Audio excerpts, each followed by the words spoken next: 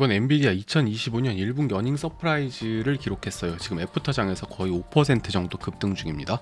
한마디로 말씀드리자면 시장 예상을 뛰어넘는 실적이 나왔어요. 그리고 AI 칩에 대한 수요도 계속 있고 그 시장에서 선두주자를 달릴 것이다라는 전망이 재확인되었기 때문인데 대략 매출이 441억 달러, 어마어마한 수치가 나왔죠. 그리고 그 중에서도 대부분 보시면 이 초록색이 데이터 센터 부분이거든요. 23년만 해도 데이터 센터가 거의 절반 정도 비중밖에 안 되는데 25년으로 넘어오면 그냥 데이터 센터가 전체 90% 매출 비중을 넘게 가져가고 있어요. 이거를 이제 게이밍 회사라고 보는 거는 정말 말이 안 되고 있죠. 그리고 더 놀라운 건 이 데이터 센터 매출의 성장세예요. 아직도 전년 대비 73%나 급증을 했습니다. 예전에는 1년에 거의 2배씩 올랐는데 이제는 조금 줄어든 게 73% 급증이라는 거예요. 그런데 사실 이게 규모가 이렇게 커지면 매년 급증을 할 수가 없거든요. 이게 지금 시총 1위 기업이 됐잖아요. 그런데 이렇게 큰 기업이 1년에 73%가 늘었다? 이건 어마어마한 거죠. 일단 게이밍 매출도 훌륭했어요. 실제로 RTX 50 시리즈도 너무 잘 팔리고 있고, 그다음 주당 순이익, 이게 제일 중요하죠. 어떻게 보면 시장 예상치가 한 0.93달러였는데 0.96달러로 주당 순이익도 역시 상회했다. 그리고 사실 이게 제일 중요할 겁니다. 그 다음 분기 전망이 어떻게 되냐?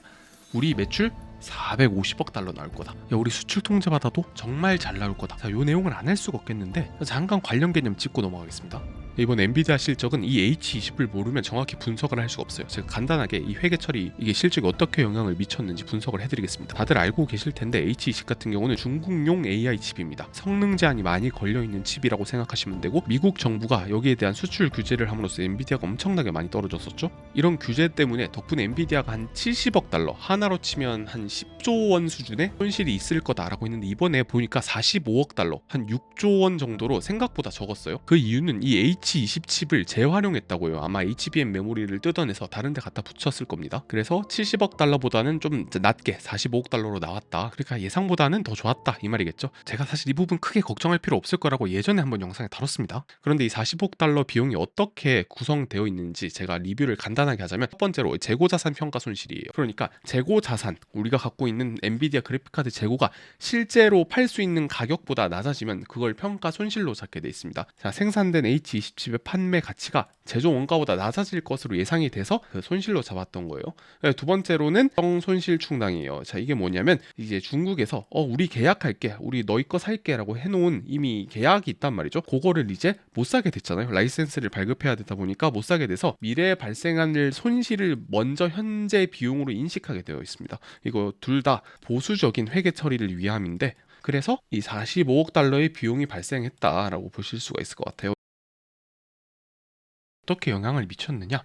이제 총 이익률에 영향을 미쳤어요. 그로스 마진이라고 하면 매출에서 매출 원가를 뺀 마진을 말하거든요. 지금 61%로 떨어졌습니다. 61% 보시면 엔비디아가 한때 거의 80%, 78.9%가 최고치였는데 이게 점점 떨어져서 사람들이 야, 이제 수익성 떨어지는 거 아니냐 걱정을 참 많이 했거든요. 그런데 이번에 61%입니다. 야, 그거 진짜 안 좋은 거 아니냐 하실 텐데, 이게 그런데 뭐 61%라는 게 이 H20 비용 반영 전은 이제 71.3%인 거예요. 그러니까 이 정도면 무난한 수치죠. 대략 이제 10% 손해를 봤다라고 하는데, 자, 이제 71.3%라는 게 이게 뭐냐면 시장 예상치가 71%였는데 예상보다도 괜찮았고 다음 분기도 이거보다 더 올라갈 거다. 그러니까 마진이 계속해서 상승할 거다. 왜냐? 지금 GB200 칩으로의 전환을 아주 성공했기 때문에 그 전환 비용이 많이 안 탔을 거라. 실제로 연구 개발비가 엄청나게 늘어서 마진이 좀 깎였는데, 그럼에도 불구하고 연구 개발비 써야 되지 않겠습니까? 시장이나 월가가 봤을 때 이 정도의 마진 아까 있을 수 있다, 그 말이죠.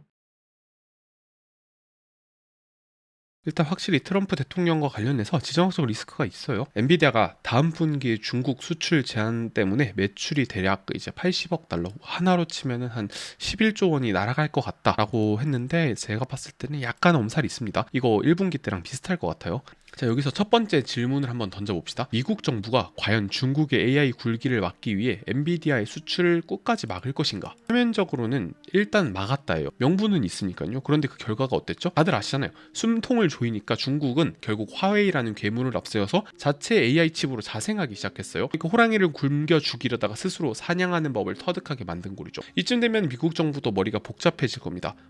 우리가 틀어막는다고 얘네가 죽는 게 아니네? 오히려 우리 통제 밖에서 자체 생태계를 상태를 만들어버리네. 자, 그럼 다음 수는 뭘까요? 더 세게 누른다? 그거는 이제 하수는 짓인 거죠. 진짜 고수는, 진짜 판을 짜는 설계자들은 그렇게 안 합니다. 바로 여기서 두 번째 질문이 나옵니다. 그렇다면 미국의 진짜 계획은 뭘까? 간단합니다. 완전한 봉쇄를 하는 게 아니라 통제 가능한 종속 상태로 만드는 걸로 전략을 바꿀 거예요. 생각해보세요. 하웨이처럼 통제 불가능한 야생마를 키우는 게 낫겠습니까? 아니면 엔비디아라는 플랫폼으로 걸어 잠근 다음에 고삐를 채우는 게 낫겠습니까? 정답은 정해주세요. 제 생각은 이겁니다. 미국 정부는 이 엔비디아 칩 수출 허가를 역으로 협상 카드로 쓸 거예요. 마치 중동 국가들 길들였듯이 말이에요. 우리 칩 쓰고 싶어? 그럼 관세나 다른 무역 조건에서 양보해. 이런 식으로 나아갈 거예요. 결국 생태계는 종속시키면서 자기가 원하는 걸 얻어내는 합의를 할 겁니다. 물론 뭐 100%는 없습니다. 당장 다음 모델인 블랙엘 저가형 칩 요거 출시하는데 이것까지 막을 수도 있어요. 이게 어떻게 보면 엔비디아가 가진 정학적 리스크의 변수예요. 하지만 그렇게 된다 한들 엔비디아 입장에서 중국 매출이 10%밖에 안 됩니다. 이게 과연 치명타일까요? 저는 그렇게 생각하지 않습니다. 다음 장표 보시면 이해가 될 거예요. 엔비디아 칩을 받겠다는 나라들이 줄 서 있어요. 이걸 우리가 소버린 AI라고 하죠. 흔히 말하는 이제 스타게이트 프로젝트 GB200 대략 40만 개 이상, 이거 하나로 치면은 한 50조 이상. 스타게이트 프로젝트가 이제 UAE에서도 하고 있습니다. 대략 GB300을 대규모로 받겠다라고 말을 했고, 이제 사우디아라비아에서도 최근에 AI 칩 블랙엘 칩을 18,000개 사갔어요. 뭐 이거는 사실 더 사고 싶었는데 못 샀다라고 봐야죠. 일본도 지금 1,600개를 사갔는데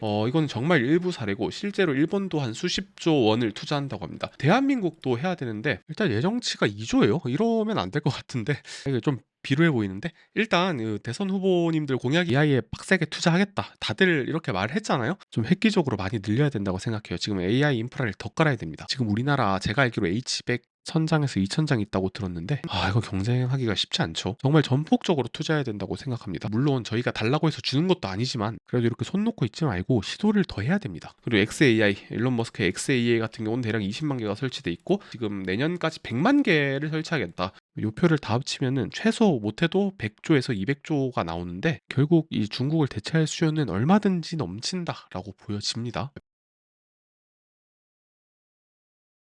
자, 이제 더 재미있는 얘기로 넘어가 보겠습니다. 두 번째 리스크인 빅테크의 자체 칩 개발이에요. 현재 엔비디아의 가장 큰 손님들 뭡니까? 빅테크, CSP, 클라우드 사업자들이거든요. 아마존 AWS, 구글, 마이크로소프트, 메타, 얘네가 지금 50%를 팔아주고 있어요. 완전 VIP죠. 근데 이 VIP 고객님들 뒤에서는 칼을 갈고 있습니다. 전부 자기만의 AI 칩을 만들겠다고 지금 난리예요. 이거 다 지네 칩이거든요. 열심히 개발하고 있습니다.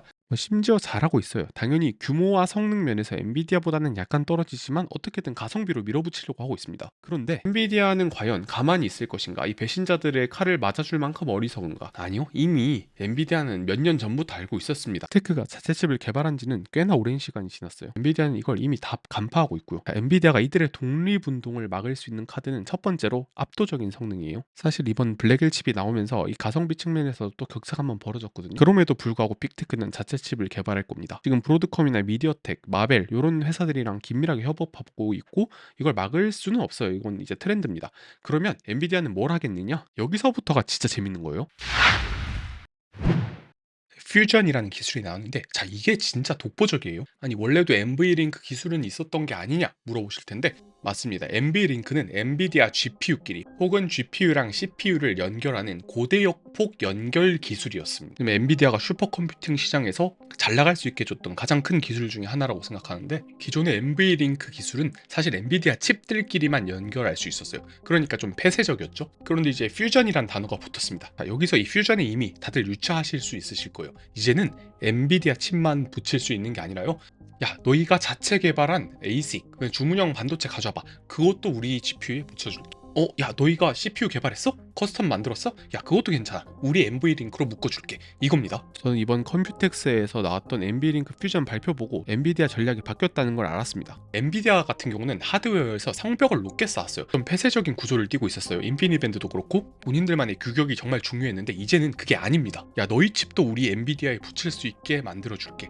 야, 이게 보면은 참 자비로운 척 손을 내미는 것 같잖아요. 이거 대인배네 라고 생각하시면 정말 순진한 겁니다. 지금 엔비디아가 하고 싶은 건 너희들 다 우리 밑으로 들어와라 이 말인 거예요. 야, 기존에 있던 칩메이커들 전부 다 우리 아래로 두겠다. 그냥 우리 플랫폼에 모두 다 종속되라 라는 그 정도의 선언이거든요. 야, 진짜 무시무시합니다. 사실 쿠다를 비롯한 소프트웨어에서부터 시작해서 이제 하드웨어까지 우리 플랫폼을 써라. 이건 말 그대로 진짜 미친 전략인 겁니다. 근데 또 그럴싸한 대안이 없기 때문에 지금도 독점인데 앞으로도 우린 계속 독점할 거다. 어디 한번 깨보려면 깨봐라. 결론적으로 말하자면 엔비디아는 오히려 개방을 함으로써 훨씬 더 큰 그림을 그리고 있다. 이렇게 말씀드릴 수 있을 것 같습니다. 자, 마무리하겠습니다. 이번 실적 발표, 시장이 우려했던 걸 대부분 껴줬습니다. 다시 모멘텀이 돌고 주가는 전고점에 가까워져 가고 있어요. 만약에 전고점을 뚫는다? 그러면 어디까지 갈지 저도 모르겠습니다. 최근에 이제 86달러까지 떨어졌을 때부터 한 100달러 때까지 제가 좀 많이 매수를 했었는데 이번에는 다행히 맨날 억가던 시장이 엔비디아를 드디어 한번 칭찬해 주는 때가 아닌가 싶습니다. 오늘은 여기까지 하도록 하겠고, 제 영상이 그렇게 나쁘지 않았다면 구독, 좋아요 혹은 댓글 꼭 부탁드리겠습니다. 진짜 별거 아닌 것 같아도 크리에이터들은 이거 먹고 살거든요. 시청해주셔서 감사합니다.